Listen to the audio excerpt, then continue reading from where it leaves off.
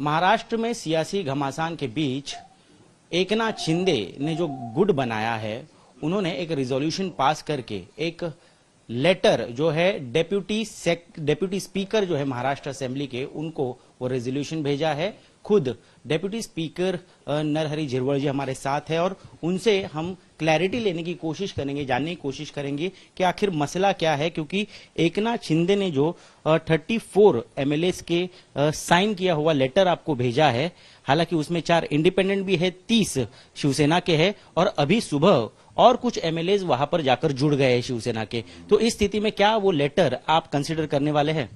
वो जो मेरे पास जो लेटर मिला है वो 34 बोलते, कभी कम बोलते, कभी ज्यादा बोलते, तो वो भी रहेगा, वो सही भी रहेगा। तो मुझे तो जांच करना जरूरत है, इसलिए मैं जांच करूंगा। जांच करने की जरूरत क्यों पड़ रही है? क्योंकि हम देख रहे हैं वहां से विजुअल्स आ रहे हैं, वीडियोज आ रहे हैं कि एमएलए उनके साथ में हैं। वो है, लेकिन उस साइन में वो देशमुख करके उन्होंने बोला मैं देशमुख, हाँ, हम अंग्रेजी सही साइन करते हैं और उसमें मराठी है, वो ऐसे बोल रहे हैं और वो साइन करने के लिए यहाँ थे ऐसा बोलते हैं, लेकिन अभी वो घर पे है ऐसे ही बोलते हैं। तो ये मेरा साइन ही नहीं, ऐसा एक है तो और कुछ है या नहीं, वो तो जांच करना पड़ेगा। किस तरह से होगी ये जांच? क्या एमएलए से बात करने की कोशिश होगी या आप एकनाथ शिंदे से बात करेंगे और उनको कहेंगे कि आप दावा करें यहाँ पर आकर और जो है परेड कराए एमएलए की? कानून में जो जैसा होगा वैसा करूंगा। वैसा तो लगता है वो जांच करने के लिए उसको सामने बुलाना पड़ेगा। तो क्या उस तरह का कम्युनिकेशन हुआ है? आपने उनको बताया? अभी तक कुछ नहीं, अभी तक कुछ नहीं हुआ। क्यों नहीं हुआ है? कितना समय लगेगा? और देखूंगा, मैं अभी पढ़ रहा हूँ क्या क्या है वो, उसके बाद मैं डिसीजन लूंगा। बताया तो ये भी जा रहा है कि एकनाथ शिंदे भी बड़े लॉयर्स के साथ बातचीत कर रहे हैं, क्योंकि 2/3 मेजोरिटी शिवसेना के एमएलए के अब उनके पास में है, क्योंकि उतने विधायक वहां पर गुवाहाटी में पहुंच गए हैं। तो वही दावा करने वाले हैं कि वही ग्रुप ऑफ लीडर है लेजिस्लेटिव पार्टी शिवसेना के, और साथ ही जो नया विप उन्होंने चुना है भरत गोगावले, उनकी भी मांग उन्होंने की है। क्या उसको आप परमिशन देने वाले हैं? अभी तो ये जो गठ नेता वो चुनाने के लिए, गठ नेता होने के बाद प्रतोद चुनाता है। अभी गठ नेता है या नहीं वही पता नहीं, क्योंकि मैंने वो कौन हो चौधरी को, अजय चौधरी को, उसको गठ नेता बनाया है।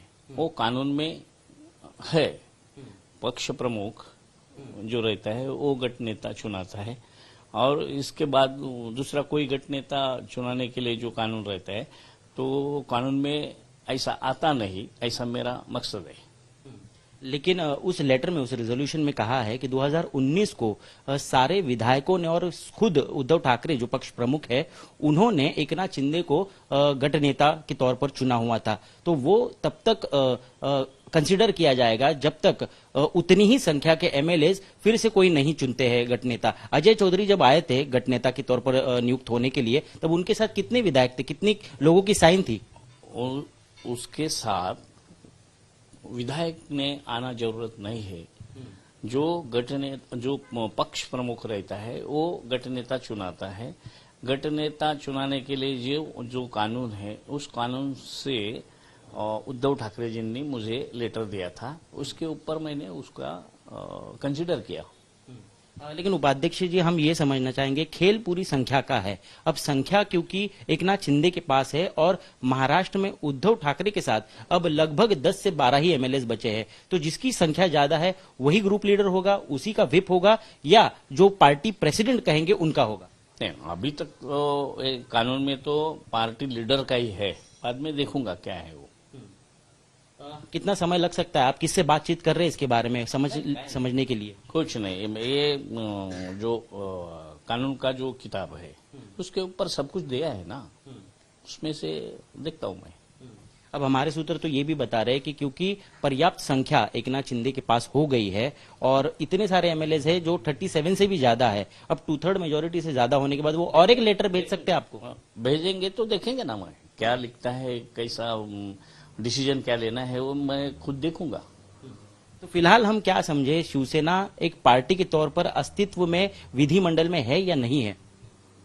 अभी तो शिवसेना है ना, बाद में देखूंगा क्या होगा वो। कितना समय लग सकता है, कितना समय लग सकता है? 1-2 दिन में हो जाएगा। तो ये थे डिप्यूटी स्पीकर महाराष्ट्र असेंबली के नरहरि झिरवळ जी, जिन्होंने बताया है कि काफी संशयास्पद रिजोल्यूशन लेटर है वो, जिस पर कुछ साइन जो की हुई है वो उन्होंने नहीं की, ऐसा बताया जा रहा है। और इस वजह से वो इसकी जांच कर रहे हैं और लगभग 2 से 3 दिन लग सकते हैं उनको किसी डिसीजन तक पहुंचने के लिए।